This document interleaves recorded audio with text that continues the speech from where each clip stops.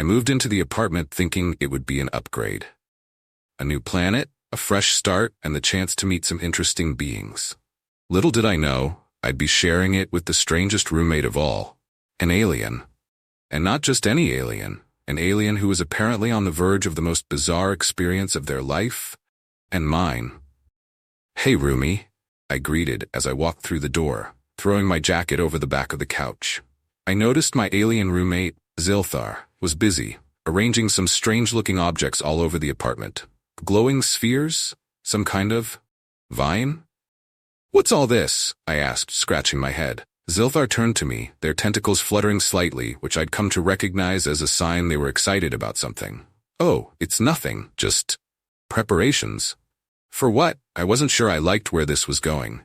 "Mating season, of course," Zilthar chirped, like that was a normal thing to announce.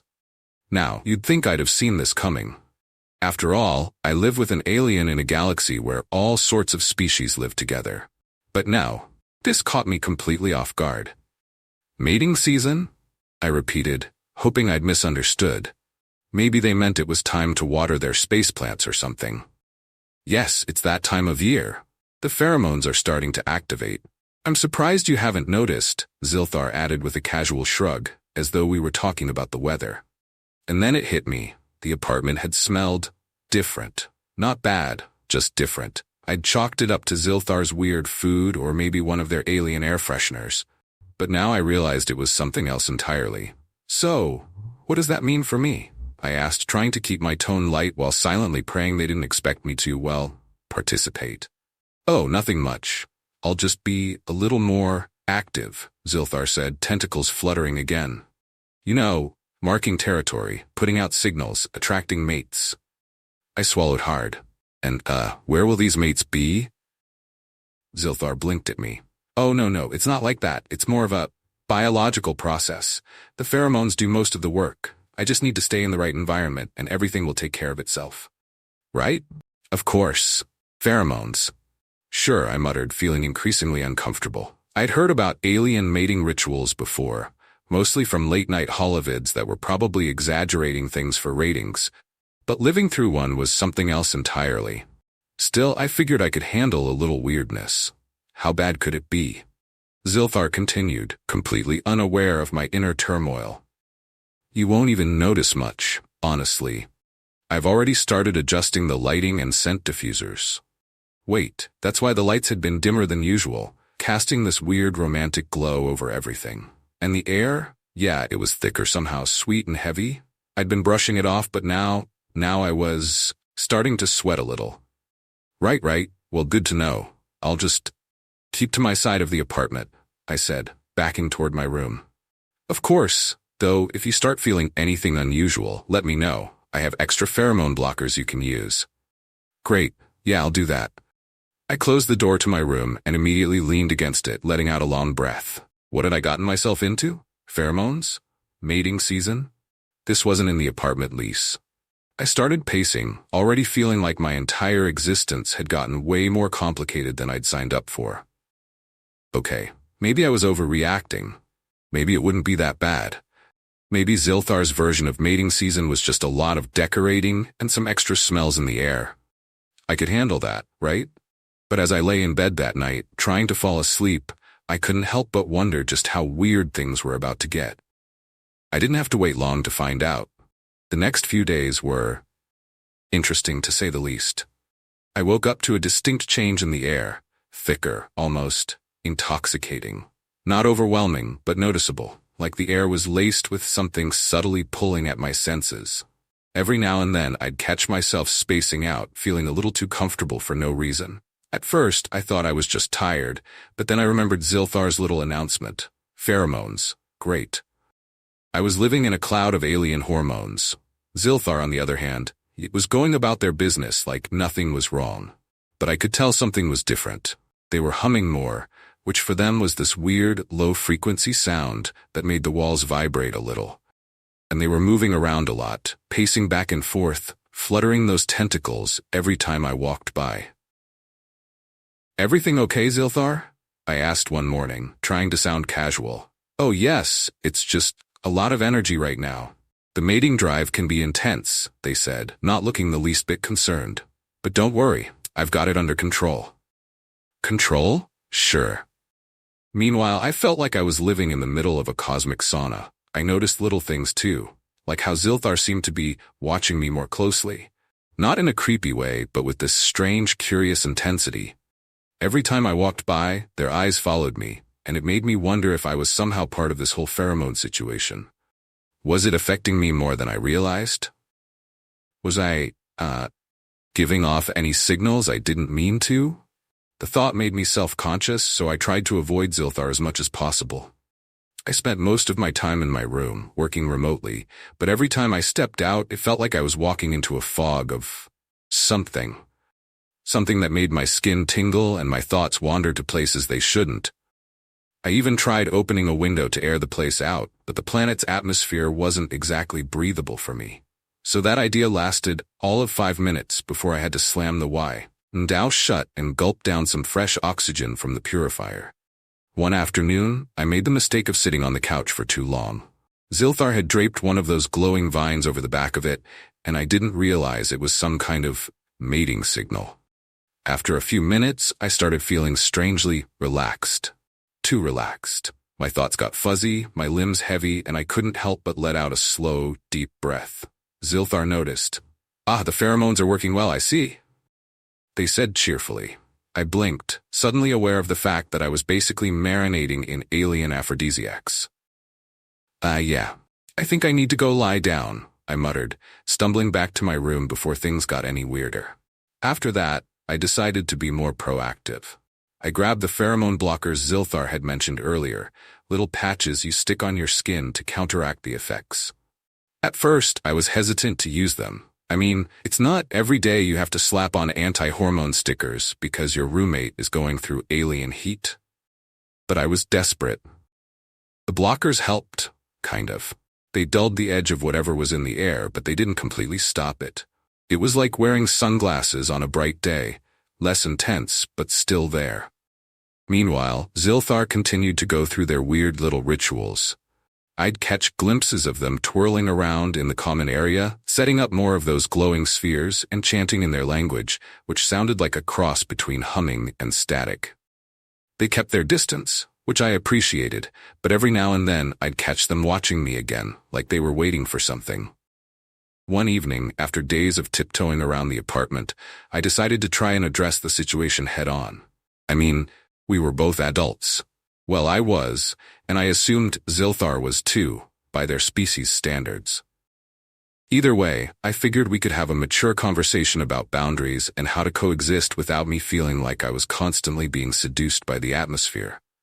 "So, Zilthar," I started, sitting down at the kitchen table while they floated by, adjusting one of their pheromone traps.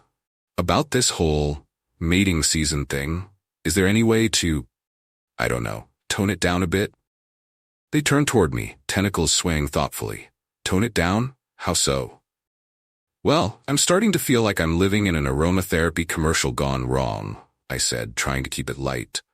"I know you're doing your thing, but it's, affecting me." Zilthar blinked, clearly confused. "But you're not the target species. The pheromones shouldn't affect you in the same way they affect others of my kind." "Well, I'm feeling something," I insisted, crossing my arms. "I mean, I've been having some pretty weird thoughts lately, and I don't think it's just cabin fever." Zilthar looked genuinely perplexed, and for a moment I almost felt bad for bringing it up. But then they nodded slowly, like I were finally starting to understand. "Ah, I see. You're sensitive to the environmental cues. That's fascinating. I didn't realize humans could be affected in this way." "Yeah, fascinating. So, can we do something about it?" Zilthar tapped a few buttons on their wrist device, and suddenly the glowing spheres dimmed and the air felt clearer, lighter. "I've reduced the pheromone output. I hadn't considered how it might be impacting you. My apologies." I let out a breath I didn't realize I'd been holding. "Thanks. That's better." But as I got up to leave, Zilthar's gaze followed me again, their eyes full of that same curious intensity. I wasn't sure if I was reading too much into it, but something told me this wasn't over yet. It all came to a head one night when I finally hit my breaking point. The pheromone blockers were working, but not as well as I'd hoped. I was still feeling weird, distracted, and definitely not myself. Every time I tried to focus, my mind wandered, and there was no escaping the subtle influence of Zilthar's mating season vibe. I found myself pacing around my room, restless, frustrated, and trying to figure out how the hell I'd let it get this bad. I mean, I knew it wasn't Zilthar's fault exactly, but being around them had become unbearable. It was like living with a fog constantly hanging over my head, making everything feel just a little bit off. And then there was that look they kept giving me, like they were waiting for something to happen. Finally, I couldn't take it anymore. I stormed out of my room, determined to confront Zilthar and demand some kind of solution. This wasn't normal. None of this was normal.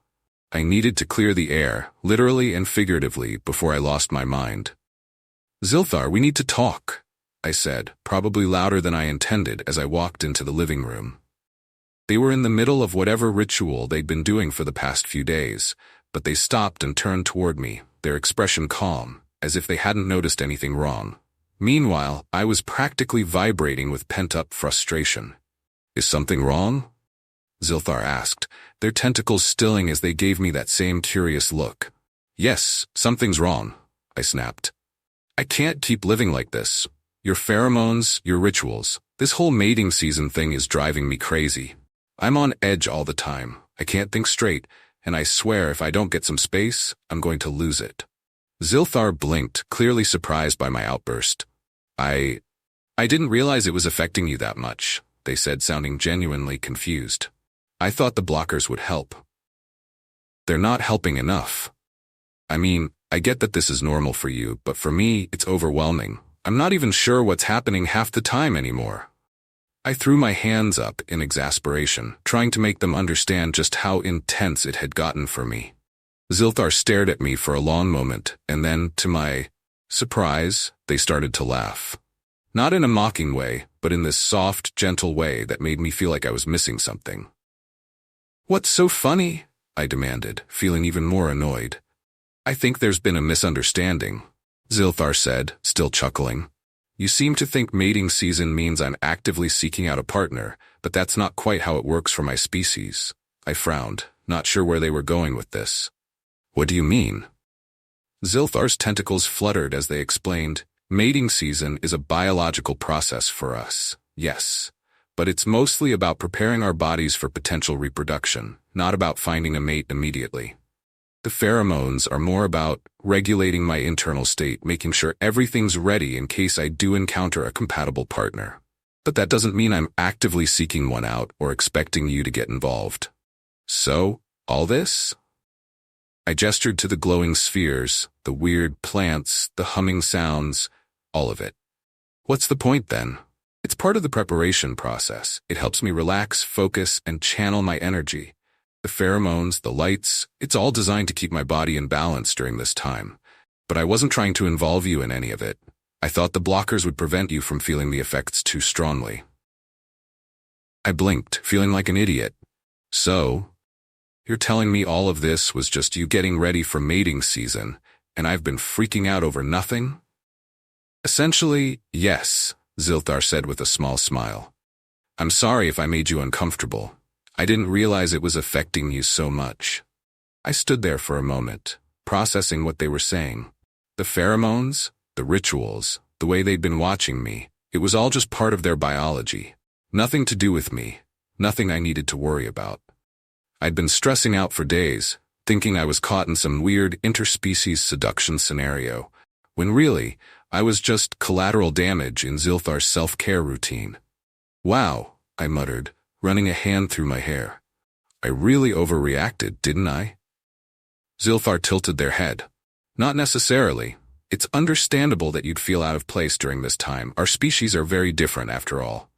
But now that we've cleared things up, I can make adjustments to ensure you're more comfortable."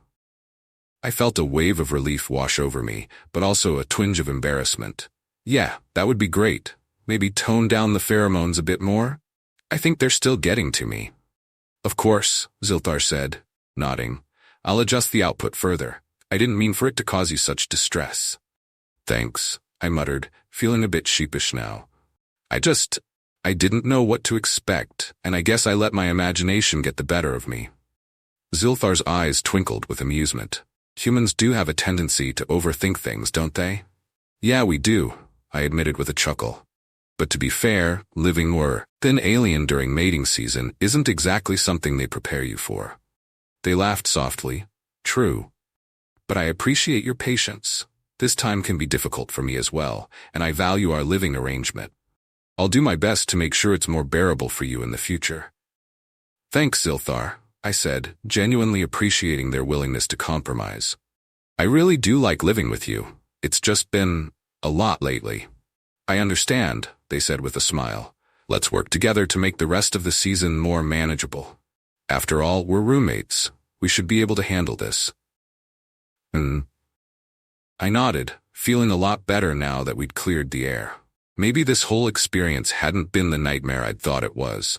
It was just another one of those weird interspecies living situations you had to figure out as you went along. And hey, at least I'd learned something new about alien biology. As I headed back to my room, the atmosphere already feeling lighter, I couldn't help but laugh to myself.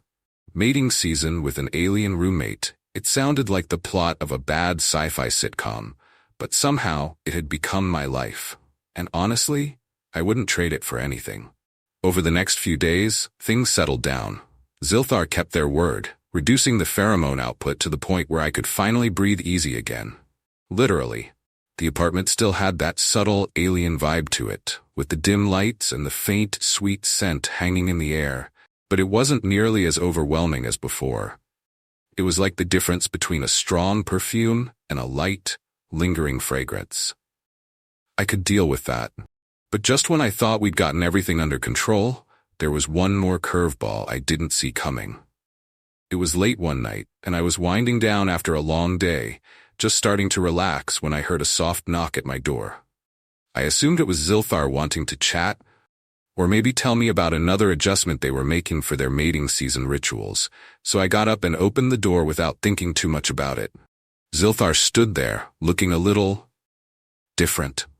Their usual calm demeanor was still there, but there was something in their eyes, an intensity I hadn't seen before.